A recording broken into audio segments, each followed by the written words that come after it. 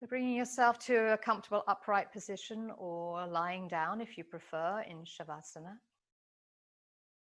And taking a moment to return to yourself. One of the things that our yoga practice can do is bring us home to that state of being where we are more aware of our body, our breath, our mind, and possibly even our spirit.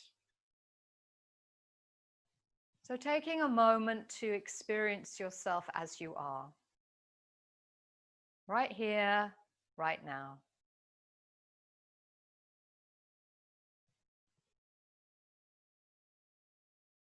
Any areas of slight tension, discomfort, rearrange yourself in an appropriate way. If you're sitting, have yourself high enough that your sit bones, you can be tilted slightly forward. And the shoulders sit roughly above the pelvis and the head sits on top, with the back of the head being behind the neck, if possible. Extending up through the crown of the head gently as we drop down into the earth with the lower body. You may choose to rest with your hands softly on your legs or beside your body. You may choose to turn your palms up or your palms down. You may choose to place your hands lightly on your upper chest and midriff navel area in order to experience the movement of your breath in your body. This is about checking in. What do I notice?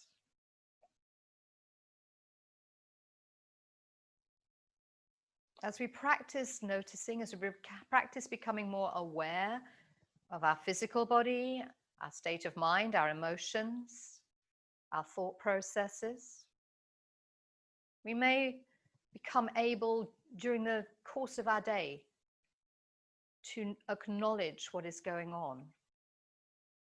And perhaps the body or the mind tells us that we need to do something, and we listen to our inner wisdom and act upon that. So often we choose not to do that. We choose to ignore our inner wisdom.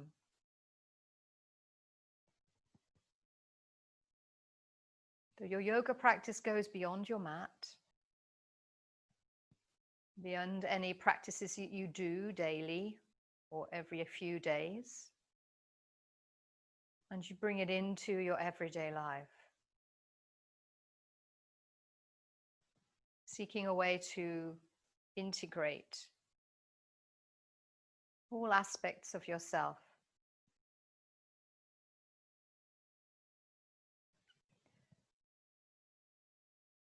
As you're working gently with observing your breath, you may like to engage in your ujjayi. So if you remember, that's when we huff up when we breathe out and huff in as we breathe in. It's as if you are huffing up or putting condensation onto a mirror or a window, and this, but you're doing it into your chest, your lungs, when you breathe in, and out to the world as you breathe out. And it requires a slight contraction in the base of the throat, where we control the breath. It's not harsh, it's not a Darth Vader sound, it's a very gentle, shushy sound. And the sound out may be more of a sibilant sound. Sorry, the sound in might be more of a sibilant sound, and the sound out more of a huffy sound.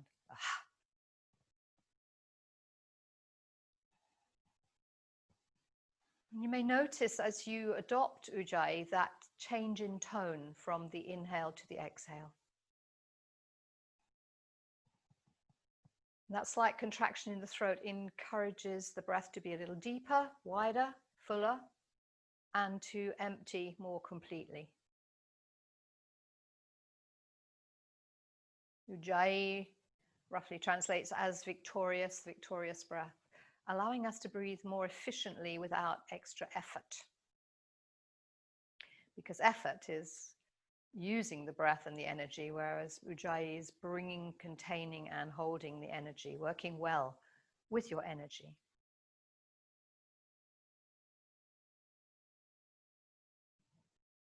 And as you breathe out, with Ujjayi, you may fancy drawing those lower abdominals, mid-abdominals, upper abdominals back, emptying the lungs from the bottom to the top, holding onto that lower body, abdominals, as you fill from the top near the collarbones, gently down through the body, filling the midriff, and then allowing the abdominals to softly, gently distend as the diaphragm pushes them forwards. And you continue to breathe in, feeling as if the breath goes all the way down to the pelvic muscles. And when you breathe out, there's a sense of lifting up through the pelvic muscles, drawing the lower abdomen back, the mid-abdomen, the upper abdomen, as those ribs close down and in towards the navel. Then we empty the chest and the upper chest. So you might think of 5 sections. As you hold the lower body, you fill the upper section, the middle section, the midriff, navel area, lower part of the body, down in towards the pelvic muscles. They're not breathing, but the action is putting pressure down into it. And as you breathe out, drawing up through the pelvic muscles, lower abdomen, middle abdomen, chest, and on up. So a wave-like motion, a pranayama practice, encouraging us to contain the breath and potentially to extend the breath. So the more we control from our abdominals gently and empty fully, contracted those abdominals lightly, we can control the inhale and make the inhale perhaps a little longer each time and the exhale a little longer to match.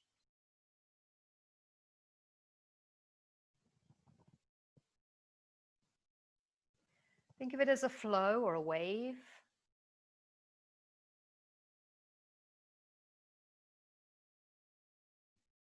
After the next breath, let go of any controls. Let your breath go back to its own rhythm. And those who are seated might like to stretch their arms up or out. Those who are lying might like to take a long stretch of their body. If you're seated, you might want to gently stretch the sides, encourage a little length through the side of the body and spine. You may wish to take your hands behind you and do a gentle arching back bend. Those who are lying might bring their arms down and bring their knees into their chest and fold. Those sitting could roll gently forwards, stretching out a little through that back, letting the head drop. Whatever feels appropriate to your body to get it moving. If you're lying on your back, you're rocking side to side or circling your knees. And then rolling yourselves over, coming up to sit. Those who are sitting might like to stretch out the legs and give their legs a little releasing ankle wiggly wogglies.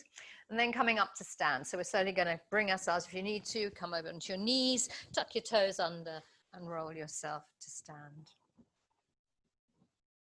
As we come to stand, we're starting standing and we're going to work with how we make contact with the earth.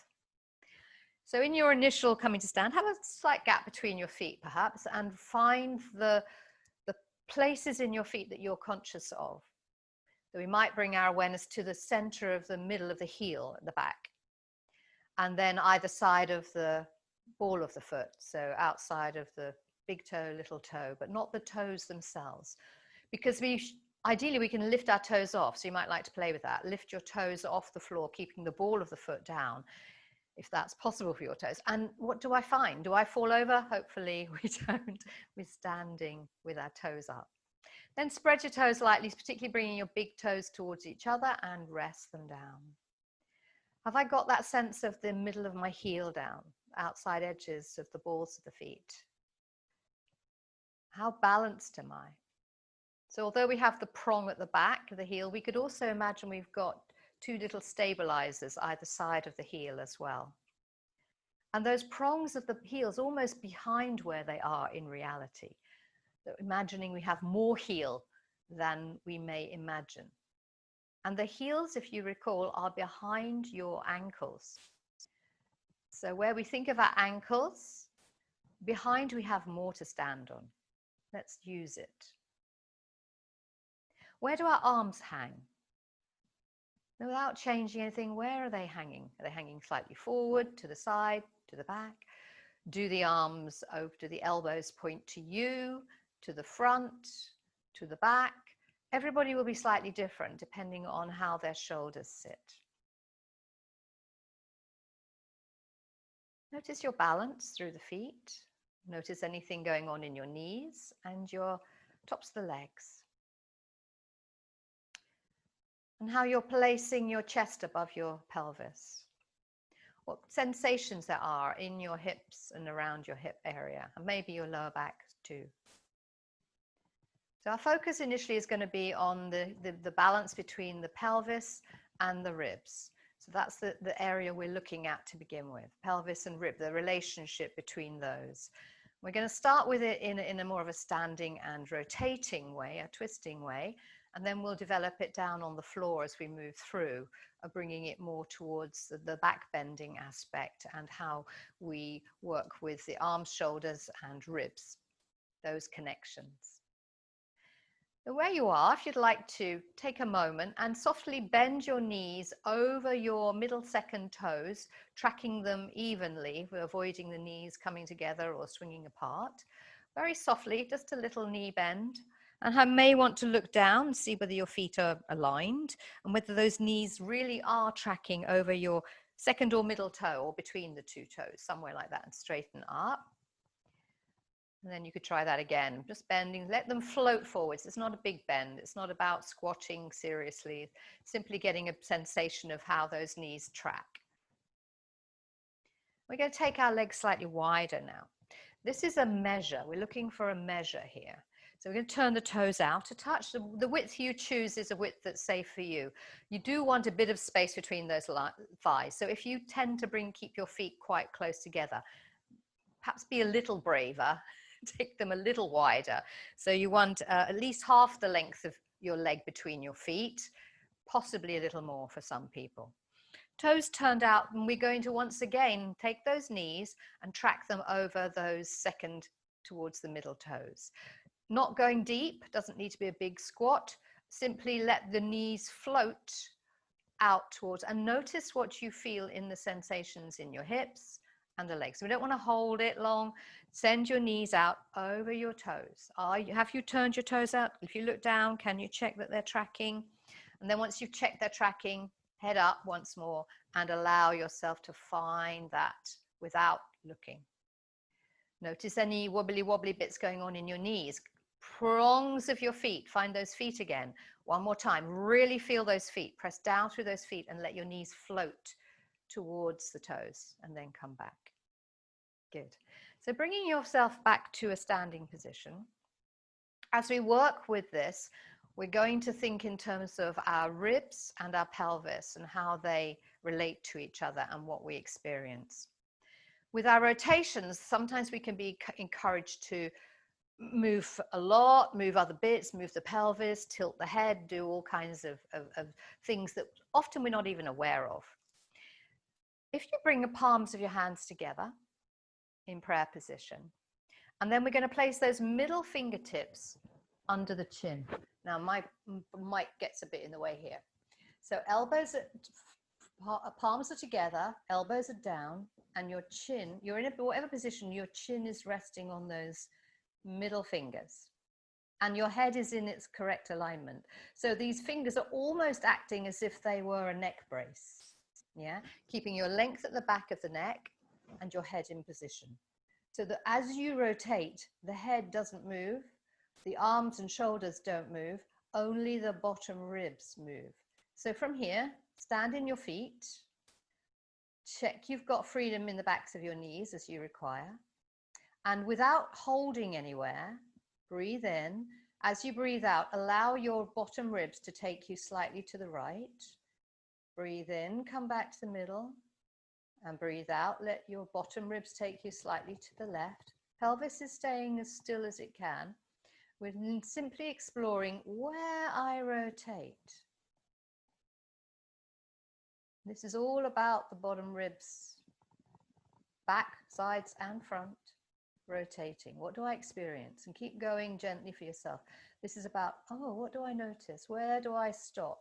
Do I go further one side than the other? What do I notice? Where do I stop? And any resistances that you find, we're avoiding pushing into them, we're simply exploring them. And then releasing your hands and letting go of your shoulders and neck.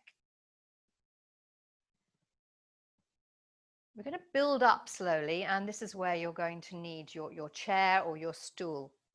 If you find that due to any restrictions in your hips today or any other time, that you can't take your leg very high, now I'm going to bring a chair in a bit, but I have alternatives. So I have 2 blocks, they could be books or something else, and that makes, if you've got a yoga brick or 2, that could be a very low step up. So I might only do a very low step up if I'm finding I've got restrictions in my hips. I've got a slightly lower thing, I've got a little stool, so this stool could be lower, little step stool from wherever you've got it, and I can bring my foot up. That's not quite so high as my chair is going to be. An alternative also, if you happen to have a bolster, as a bolster could be your support, you're only resting your foot on, you're not putting a lot of weight into it, all right? So using your chair, if you have one to hand, or whatever other prop that you find useful, standing in front of your chair, facing forward, your pelvis balanced. Now we're going to lift our right leg up onto the chair. So I'm going to turn around the other way so I can do my right leg and still be looking at the camera a bit. And keeping your pelvis balanced, can you release that heel and place your foot up on the chair, on the block, or whatever you're using. And notice as you do that, as you come back to center, what your tendency is. Do you tend to push that hip out, left hip out? Do you tend to sway away from it, or can you stay grounded through your standing foot, which is the one on the floor? The other leg is wherever it is. And then from there, we're going to come back to that sensation of rotation. We're only going to turn towards the front leg. So in this instance, I'm going to be turning towards the front leg. And then I think, so I'm going to swap legs just for now so that you've got a better picture of what I'm doing. So I'm still using my right leg as far as you're concerned. So hands come back underneath the chin, elbows down, shoulders down, head resting on those middle fingers. And then you can use your breath. So as you breathe in here, you feel this ground through the earth, through the feet. And as you breathe out, you rotate a little towards that front leg. You may not go very far, that's fine. You can come back again, you could do that a few times. Just noticing where you go to. Then you may like to turn a little bit there and release the hand onto the opposite hand onto the outside of that leg. Then the back arm, where does it want to be? So obviously now we're bringing in our shoulders a bit, but we're keeping the legs and the pelvis still, not moving those. Where does it feel good to take that arm, to have that feeling of the rotation in the mid-ribs, the chest, the head can go around. So wherever on your line, and of course it could go up there, but that might be too much, just as it is when we're lying on the floor. And as you breathe, what do you notice?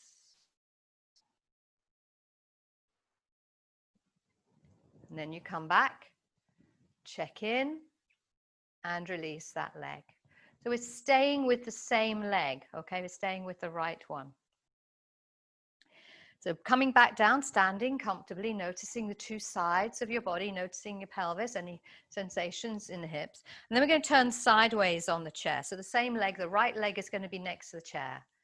So whether you need to turn your chair around or look the other way, whatever you need to do. So from here, this is similar to doing the tree, Bruksasana.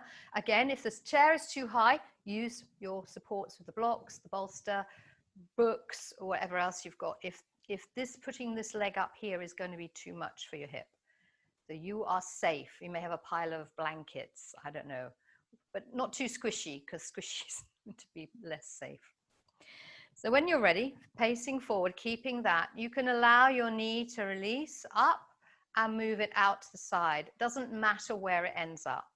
The most important thing is this left side is staying balanced. You haven't changed it. So the right leg is up, the same one you had up last time. You're grounding down through, you're finding those prongs behind the middle of the heel and the outside toes. And then you can come back to your hands at your chin. That keeps your neck extended, your body, upper body still. You breathe in. And as you breathe out without moving the pelvis, turn towards that leg. And do that a few times for yourself. Just exploring your own body, range of movement. Now you may find you want to hold that right knee out a little wider, a little bit of stretch on the inner thigh, that's fine, but be safe. You can find your muscles, turning towards that leg. Think of the connection between your bottom ribs and your pelvis as you're doing this. They're not changing. We're not tipping towards that leg. We're not pushing away from it. We aren't doing any weird rocky rolly things. It's simply that rotation. Good. And then coming back to the center and stepping down. Observing the side of your body, noticing what's going on here. Does anything feel different? Anything in your lower back feel different? How is one leg compared to the other?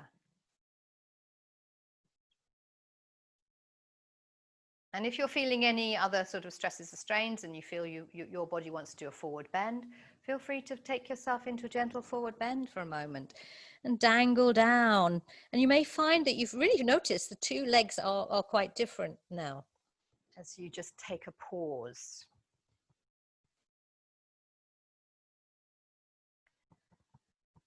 And then in your own time, when you feel ready, coming back up. And if it's possible to change the chair around, or you can turn yourself around, you know roughly what you're doing anyway, so it shouldn't be too much of a problem. Facing the chair, square on once more, finding the feet, balance, centered, aware. And then in your own time, without knocking your knee as you do it, lifting that foot up on top. So if this is too high for this leg, you change, you put something else in place, a lower stool or a lower chair or a lower settee or whatever you've got to hand. Hands coming back underneath the chin, chin resting on top of the middle fingers, palms together. Deep breath in, lengthening, drop down through that standing foot, and when you feel ready, breathe out, turn towards the front leg. Breathe in, and as you breathe out, rotating. So doing this a few times as you work. I'm just swapping over because I've already done my left leg. And then if you've got to the side, you can keep that rotation. Check your pelvis square. And then you can let go of your hand down on the outside and then invite the chest higher up, keeping the pelvis. So there's separation between bottom ribs and pelvis, and that back arm can go wherever it needs to go. So you're rotating towards that front leg, towards the front leg. Twist towards the leg, and then the opposite hand comes on the outside of that leg perhaps, and then the back arm, which is the same as the leg that you've got up, can find its way. Good. Are you breathing? Let that chest, find that foot on the floor. Be aware that you're not poking your hips out, lovely.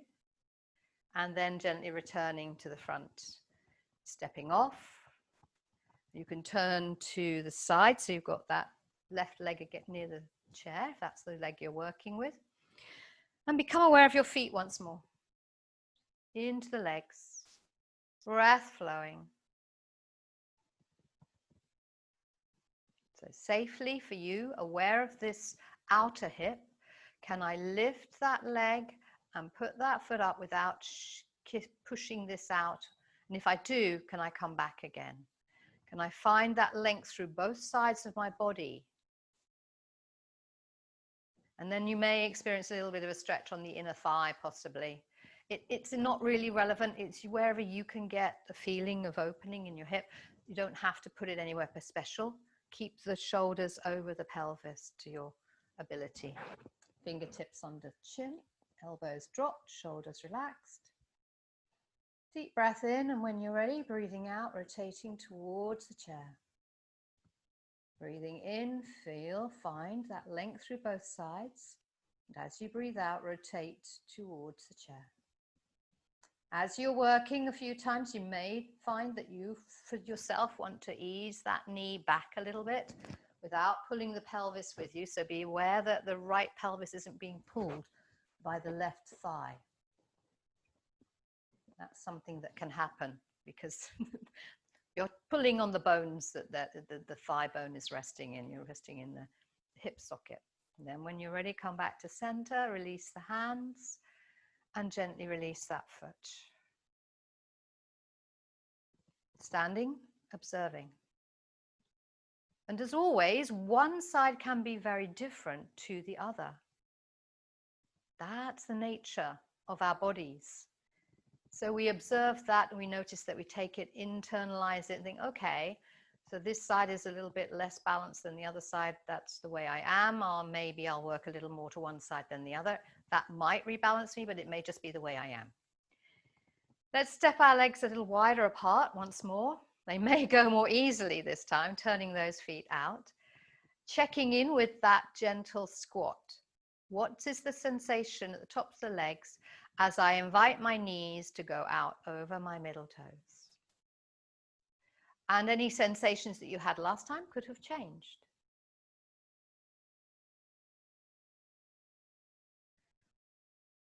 All right, so because we've got our left leg near the chair, we'll do the left side first. It just makes sense not to keep moving everything around.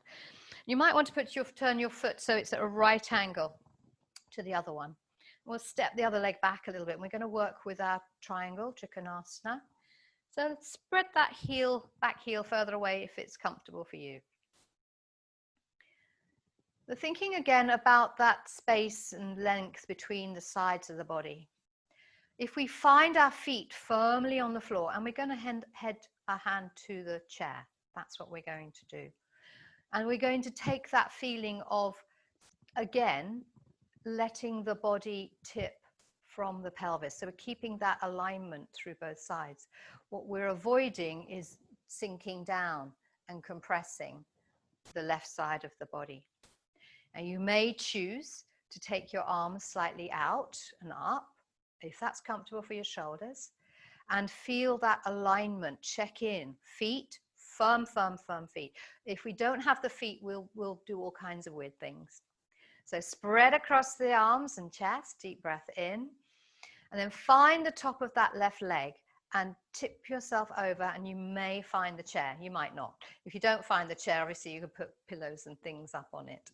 Keeping that extension through. If you want this arm to go up there, you can do, but it could come along behind you, and then invite that shoulder to stay in alignment. So fingertips, whatever. Now, if you're a long way from your chair, of course, that foot could come under the chair to be a little closer to it. Yes. And you're gently working at extending and keeping that extension through both sides of the body. You may find, as you're here, because there'll be a slight tendency to want to rotate, which is good, rotate this side back as we did before. And you could turn your head in the opposite direction, which could be quite nice for the side of the neck that's up. And my breathing. Now stand in your feet. Check in with your feet again. Maybe that hand could come a little lighter because you found your feet. And then lifting yourself back up, turning that foot around. And you can walk your feet back together, observing what's going on. What do I find here? What do I notice about my hips, my lower back, my breath, connection with the floor?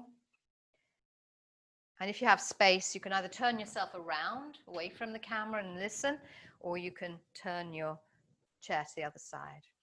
So remembering that you might want your foot slightly under the chair, which means the chair is closer to you. And then you can step the other leg safely back and push possibly the heel away. And the pelvis is not forced to face the front. It is where it is as we plug our feet in. We're not concerned about, but we don't want to move the pelvis deliberately. it is where it is. So we don't have any torsioning going on in the knees, and we're keeping the legs straight as far as we're able to and plugging our feet into the earth. If you wish to use the arms, and you don't need to, bring them gently out to the sides. Breathe in, find those connections, find that center of your body, find the ribs to the pelvis, and then breathe out and tip lengthening, hinging at the top of that leg that you've already worked, and the hand can come down. The other hand could go up, or the hand could come and rest on your sacrum or hip.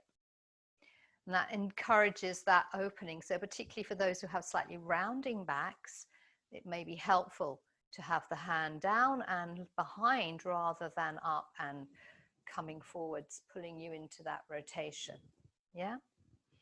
See how that works for you. So settle into your feet, feet, feet, feet, feet, feet, and breath. Where's your ujjayi? And again, you may find for those who experience tension that turning your head to look down towards your hand or your foot on the right side is a nice feeling in the left neck. An alternative is to have the arm up and turn to look towards the top thumb. It's all about what works for you. And playing those changes, you can change things as you work with your own body. What's going on in the legs? Are the legs strong? You feel as though you've got very little weight in this hand. There's a lot of weight in this hand, then I suggest that the legs aren't doing their job. The center isn't doing its job. Plug those feet in and grow out of the earth. And of course, the hand can come off the chair and rest against the leg. And as you extend out of the hips, possibly you get a little more bend there. And then you bring yourself back up. Release the arms, turn that foot, and bring those feet back in together. Find your balance, find your place, plug yourself into the earth and feel tall and grounded, and noticing what you notice. Feel what you feel. When we stand still, we're never completely still. We're always slightly oscillating, and that's normal. But if we grip with our thighs and grip with our backs and knees, then we will be preventing that, but we'll also be preventing freedom, space. What's it like now when we take our legs apart and take our wide-legged squat? Think about where your knees are traveling. If you have to, just have a look or check down, and my knees heading in the right direction. So I got the right turn out for my feet. And breathe in, and as you breathe out, let those knees go. Let them just go. And then they can come back. And let the knees float out to the side and then come back. And what we're really looking at, obviously we don't want to hurt the knees, but we want to notice, what is there less restriction? In the inner thighs, around the hips. Is it easier? Can we get wider? Maybe even, oh look, I could actually take my legs even wider now, and I could go even lower and feel safe and comfortable. That's not necessarily going to happen for everybody. They're working with your own body. Coming back to center, plugging yourself in, feel the crown of the head, and breath is flowing.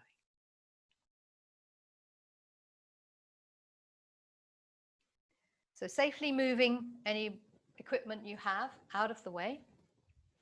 It's not going to get in your way. As we come down to the floor, and we're going to come down to all fours.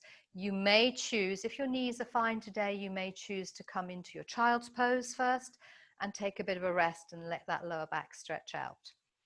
If that's not the most comfortable for you, feel free to come onto your back for a moment and bring your knees in the reverse child, lying on your back.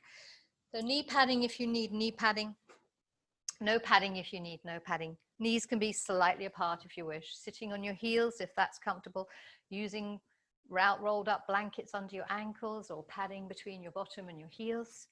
And then if it's safe, comfortable, bring yourself down, maybe making fists with your hands resting on under your forehead, or taking the hands to the floor for your forehead. If your head reaches the floor, the hands could come perhaps alongside you instead. Just going to move that stool out of my way.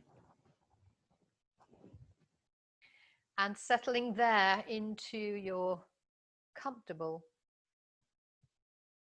flexion for your back, bending the back gently in, wherever feels good for you. And follow your breath. So when we're in a forward bend, especially when we have our abdomen against our thighs, it doesn't prevent us breathing to the front, but it does allow us to experience movement of the breath in the back of the body. And that's something that sometimes we're missing.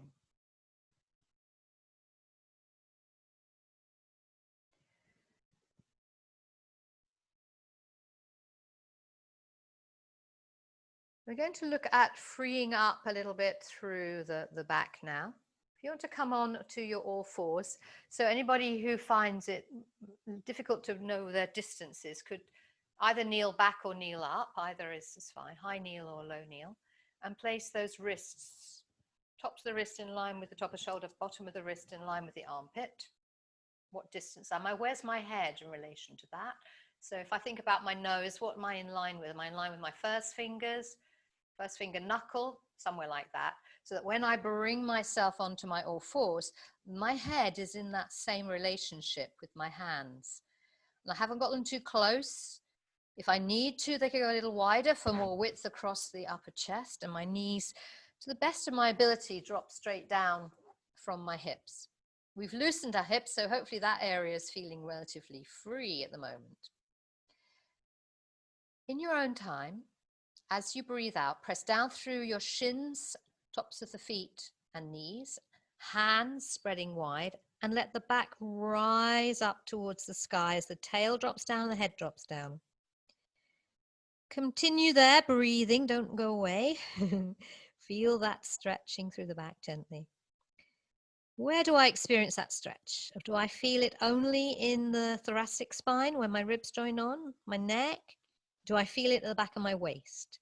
Can I pull my navel up a little higher? Maybe find a little more stretch. Or take my tail down a little more. Find some more sensation from the waist down. And then float yourself to neutral and invite your body to lengthen the front. Where do I lengthen the front? How do I lengthen the front? And keep breathing. Does my throat gently come forward? Do my shoulder blades roll back? Do my collarbones widen? They don't really move, but it feels like that. And what's going on in my bottom ribs? Are they able to move away from my pelvis slightly or not? What's happened to my belly? Has that sunk, sagged? Or can I use a little bit of that to enable my ribs to, so you maintain some control in the mid-abs and let the ribs move forward away from the hips. And then round your back once more, pressing down through the earth. And you can come back to rest in your child pose or kneeling, whatever works for you. Releasing those hands, giving them a little wriggle if you want to.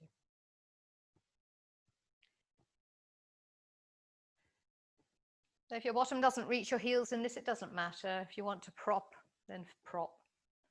You're not going to stay for too long. And then coming back to either kneel up or sit up, whatever feels appropriate for you. So what we're going to look at now is how we get some movement through this upper back ribs.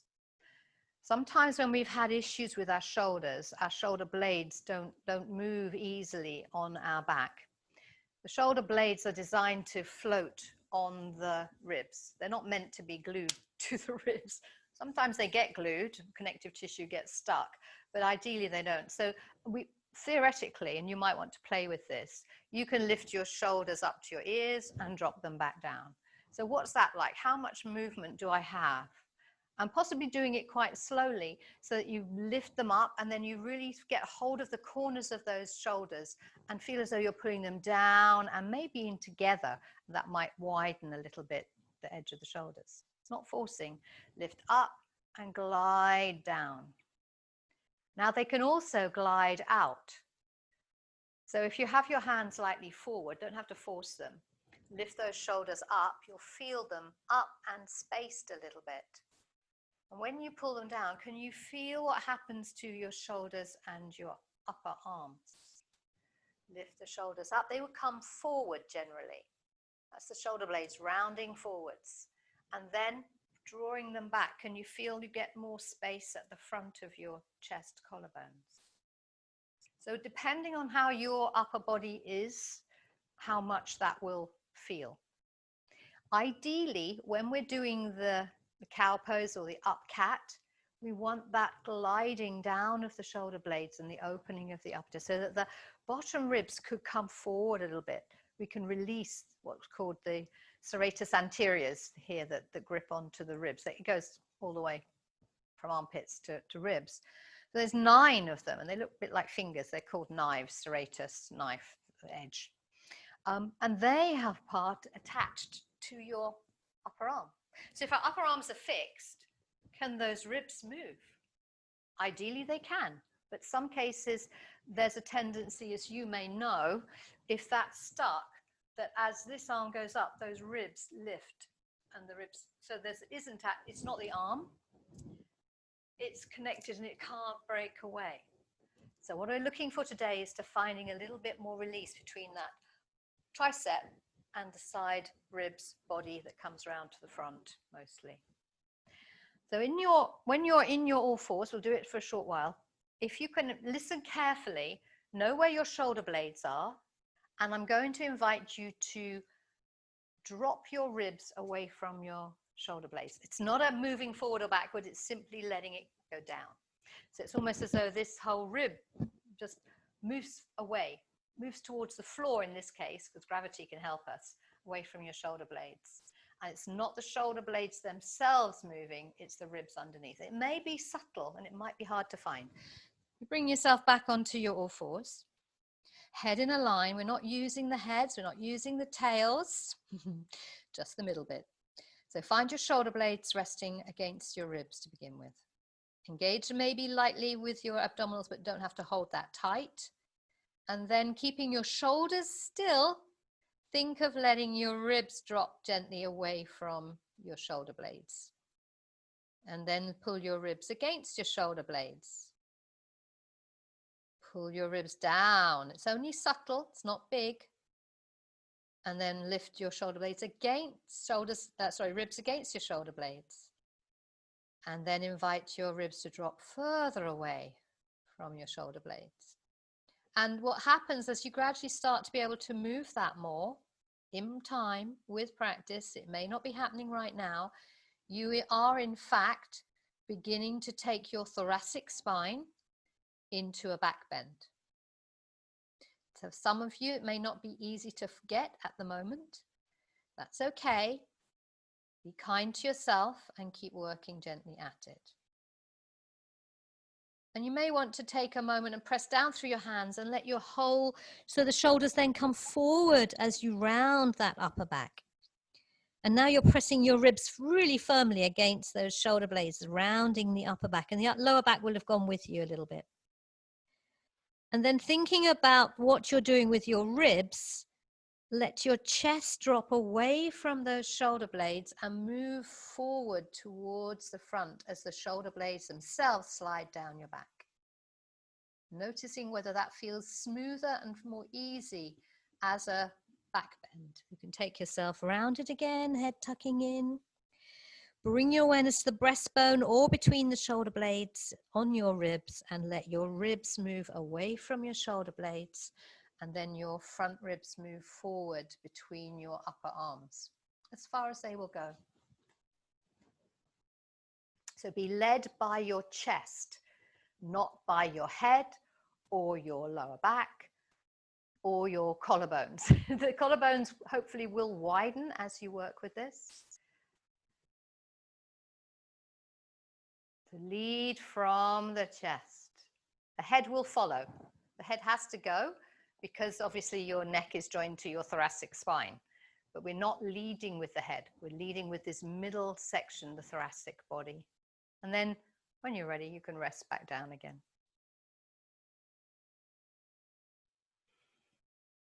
Well done. So this may be something that you need to come back to regularly. Could be a very simple practice that you do daily. And it may have been accessible to you, or it may not have been very accessible to you. So in a moment, I'm going to invite you to another way of getting into it that for some people may be a little more accessible. So we'll try that way, give that a go, and then we'll come back to the cat-cow and see if that has changed the way in which you work with your body. All right, so when you're ready, we're going to do it on forearms. So if you need any padding for your elbows or anything, then feel free to put that. And you'll need the space behind you for your mat. And you can choose, as you do this, whether to be in a half forearm plank or a whole forearm plank. If you have restrictions, perhaps in your serratus anterior and your upper body, then I would suggest having your knees on the ground to do it. You can choose whether you bring your hands together and lock them or not, and then walking your legs back, resting your knees on the ground and your forearms, elbows underneath shoulders. So you're in a low plank. Your hands could be in front, flat if you prefer. Head is in line with spine, checking in. And then you're ready. And if you need to, you could bring your bottom forward a little bit, if that helps with your back. And then find those ribs and think about the shoulder blades and drop your ribs away from your shoulder blades and lift them back up. So it's not the shoulders collapsing, not everything going. Keep strong, and then ribs down, ribs up. And here you may find you get much more of a sense of those serratus anteriors working and contracting as you lift the ribs towards the shoulder blades and the space as you drop them down. Ribs up, ribs down, ribs up, ribs down. And it may start to get a bit of aching going on in your upper mid-back. This is a good sign. So it's not your bum moving up and down. It's your chest. Just ribs, just as you did before on your all fours, same thing. Find that ribs, pull the ribs up against your shoulder blades and encourage them to just drop away.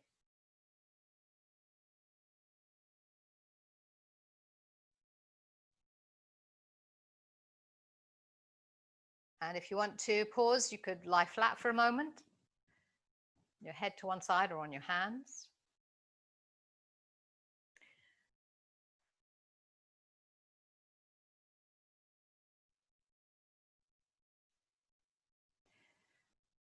So this might be much more challenging for anybody who has more rounded shoulders, rounded upper back, the head forward position, but very good to work with this to help to reverse that, to bring you back with some sensation control through that mid upper back and the front, because of course it's the front that we want the width, because if you're rounded and then the back's long and the front's short.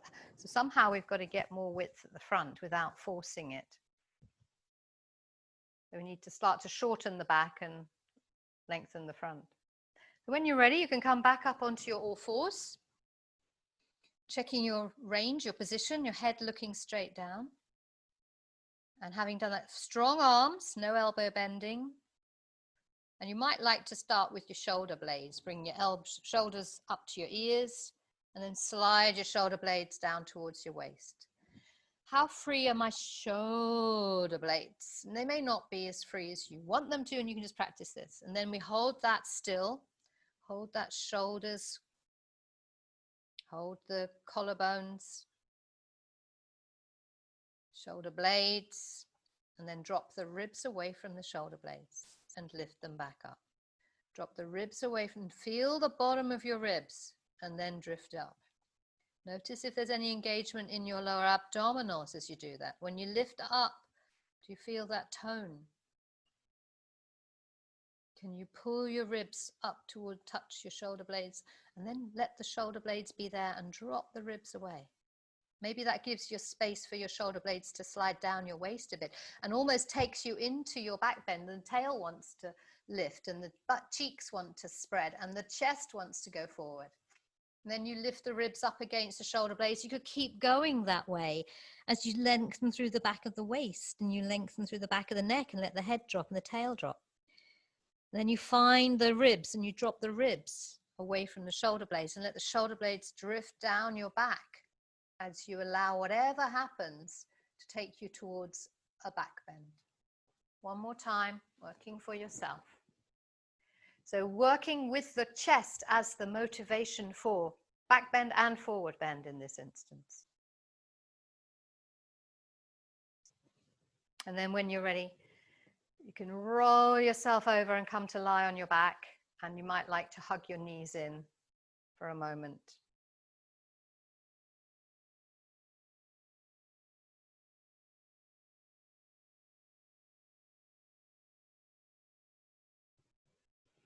You can hug, rock, roll, whatever feels good for you. Knees can be apart slightly, toes could be towards each other. You could circle the legs separately or together.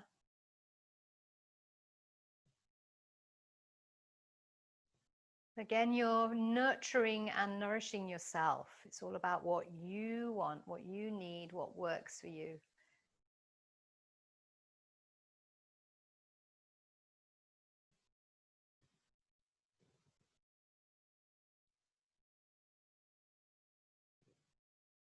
And then when you feel ready, you can come back to center and perhaps rest the feet on the floor for a moment. And let the arms perhaps drift out towards the sides of the body, somewhere that's comfortable for your shoulders. Feeling those shoulder blades flattening down into the floor. So the back of your chest is on the floor. Noticing what contact you have through the backs of your shoulders. For some people, it's difficult to get the shoulders on, and you may need to put a little support behind the back of your head so your neck feels long, and that sense of you being resting on your middle fingers if you had your hands under your chin. And then in your own time, choosing whether you bring your knees onto your chest or leave the feet on the floor. If you're leaving your feet on the floor, perhaps walking your feet wider apart. And then if you're bringing your knees onto your chest, using your abdominal strength to lift the knees either one at a time or both together up onto the chest. And allowing your shoulder blades to stay on the floor. So for some, that will be interesting. If I'm ready, breathe in, and then as I breathe out, engage my abdominals, and I use the sides of my body to keep my ribs down and carry my knees over to one side. I don't go necessarily all the way, because if my shoulder blade starts to come off, I've got to come back to the middle, breathing in, and roll my pelvis, keeping the other shoulder blade down as I go the other way. So if you think about this, we're doing the reverse of what we were doing standing earlier, where we kept the pelvis still and moved the chest. We're now keeping the chest still and moving the pelvis. The rotation comes from the same place, bottom of the ribs. Otherwise, the shoulders will all come off. So doing that several times for yourself. Very deep awareness of those shoulder blades and the back of the ribs, until you're back to the middle. Then place the feet to the floor, if they weren't still there, and bring the arms back alongside the body, palms down. Draw your heels underneath your knees. So anybody who has slight restriction in their knees may want to take their feet slightly wider and turn them out, as we did earlier for our squats. Back of the neck long. Remove any padding underneath your neck that will endanger it for it being too bent. Keep your chin gently drawn towards your chest in a safe way. Press down through your feet and feel the back of your waist press into the earth. Perhaps the tail seems to lift off. Take another deep breath in. And as you breathe out, press down through your feet more. Send your knees away from your shoulders and let your pelvis be lifted. Use those buttock muscles and take yourself up. And have the shoulder blades come off the floor, probably, but the backs of the shoulders are dropping down into the floor. Really allow those shoulders to drop down into the floor. And feel those ribs, bottom ribs at the front, coming up. So you're moving your chest between your upper arms, just as you were aiming for in your cat-cow. This time you're pressing down more through your feet, more sending the legs away. Can you lift that chest even higher? Can you pull those ribs up against your shoulder blades? And then take a deep breath in, and as you breathe out, rolling down between your shoulder blades. Let the shoulder blades drop, let the back of the waist drop. You may want to pause, take another breath in, and continue through the back of the waist, lengthening. So the back of the waist is down before the tail. Check in. What do I find? And then you may like to do that one more time. Breathing in. And as you breathe out, press the back of the waist down, find your feet. Stay. Deep breath in. And as you breathe out, engage your buttock muscles, glutes, send your knees away. Keep pressing with those feet into the earth. Balanced feet, watch those big toes, don't want to creep off. And bring those ribs as far up as you can. This is an excellent experience, especially after doing what you've just done. Are my ribs moving more? Am I feeling my upper body is getting closer to my chin towards chest, and I've got that, gradually may find freedom between my upper arm and the front of my ribs. Then when you're ready, breathe in high, perhaps lift those ribs a little higher. Strong legs controlling from the front of the body as you descend between the shoulder blades, as the shoulder blades come down, then the back of the waist, finally the lower back, and releasing. And then choose whether you slide your legs away and feel that length of your spine and body, or if you feel you need to bring the knees in.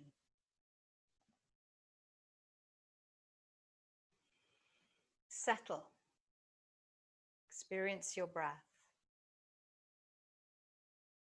Perhaps spread your legs a little wider if they're straight, your arms slightly away from the sides of the body, give those ribs space. And the natural inclination, once you take your arms further away, is for those shoulder blades to begin to flatten against the earth. And that's what we're looking for when we lie in Shavasana, if we have our arms out, to drop those upper shoulders and shoulder blades into the earth. And however much we need to take those upper arms away from our ribs in order to facilitate that flattening. So you may find for you know where that is, or for you need to experiment with where you take your arms to enable you to drop those back ribs and shoulder blades into the earth and away from your ears. So those of us who have slightly rounded upper backs, this is another useful place to work and ease and allow the connective tissue to let go, staying for time.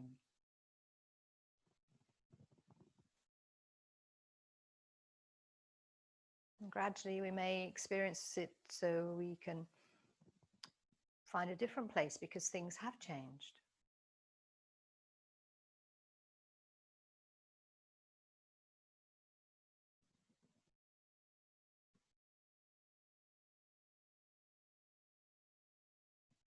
So this work is important for us to be able to improve our posture, improve our mobility in the upper body in relation to the lower body. It's a sense that we need to achieve if we're going to perform our plank, full or other. If we're going to move towards shoulder stand, we need that same connection through the back of the shoulders to be able to lift the chest forward and through. So there are many instances where this practice that you've done today is going to assist you in changing your connective tissue and adapting, moving your body shape perhaps to a more upright, balanced posture that will facilitate movements in daily life that serve you better. So you may choose to stay where you are, resting, perhaps throwing a blanket over yourself or popping a bolster underneath your knees, or perhaps even an eye bag over your eyes or something like that, or a light scarf. You may choose to come up to sit, though that's an option if you prefer. If you're sitting up, make sure you have a good base, that you're resting towards the front of your sit bones. So wherever you choose to be for the next short little while, it is safe, it is appropriate. you are warm, you are comfortable, and you're able to be still.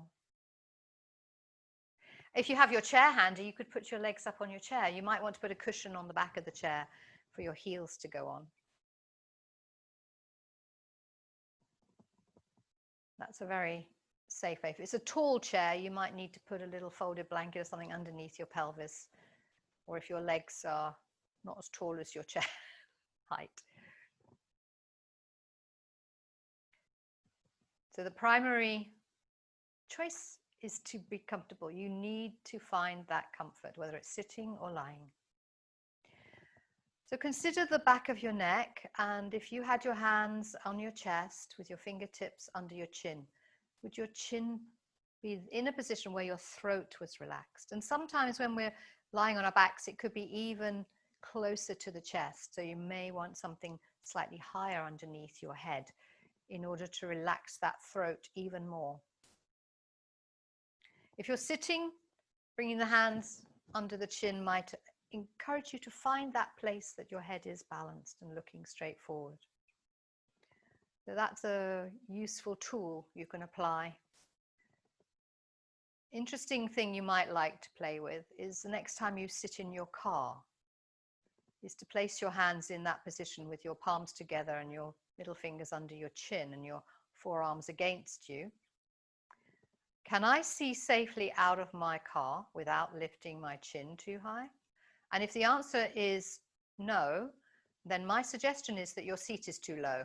You either need to use some padding or lift your seat up if it's that facility. So often we have people's chins high when they're driving their cars, trying to look over the bonnet. And think about what that's doing to your neck if you're driving for any length of time. Take a breath in. Sigh the breath away out of your mouth or your nose.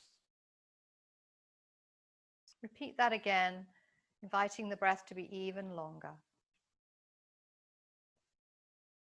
Notice the sensations created in your body as you let the breath flow away. So this is an opportunity for rest and recovery. We come to be still. A stillness like water in a bowl, rather than stillness like a lump of wood or a rock. With that sense of fluidity and flow and giving. And it gives us an opportunity to feel what we feel, notice what we notice, and the body to assimilate all that it's done.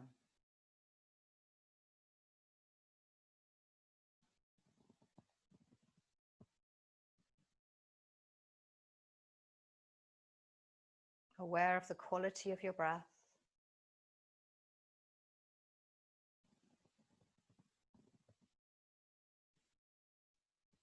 Are my teeth separated, or is my jaw clamped shut? If we space our teeth slightly, perhaps loosen our lips but have them lightly touching, we may find our breath becomes deeper, smoother.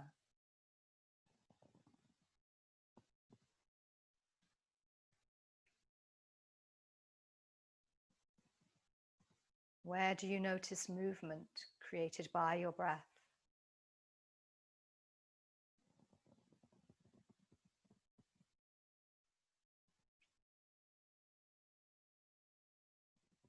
And perhaps you can become aware of the pulse in your body or the beat of your heart.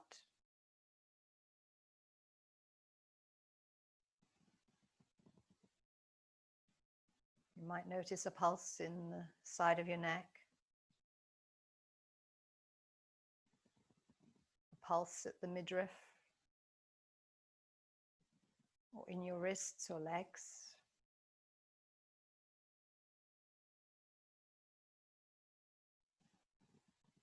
The body is gently working. doing its thing. And as we rest, we give the body an opportunity to return to a state of easy digestion, self-repair.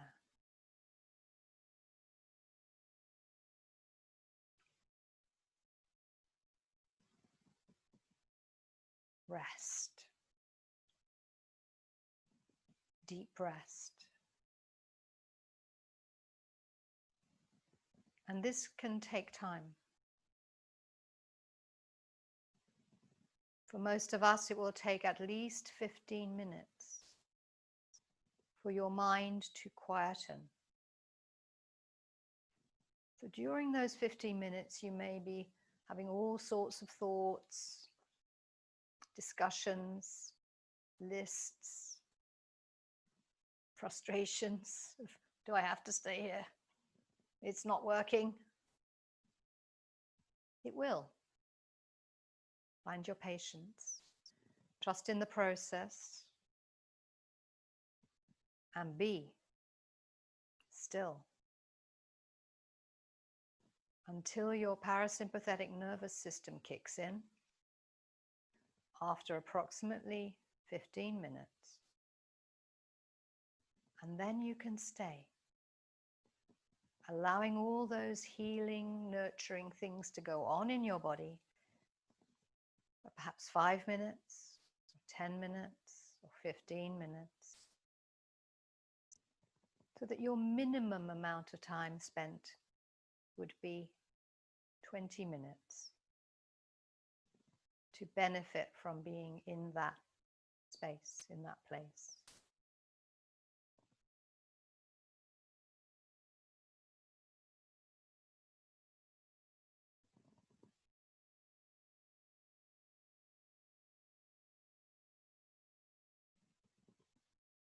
If you are warm and comfortable and wish to stay, you can. You can give yourself permission to be here as long as it's right for you. If you feel that that's not what you wish right now, you could take a deep breath in, sigh the breath away, and wiggle your fingers and toes and stretch. Those who are staying, stay. Ignore all that goes on.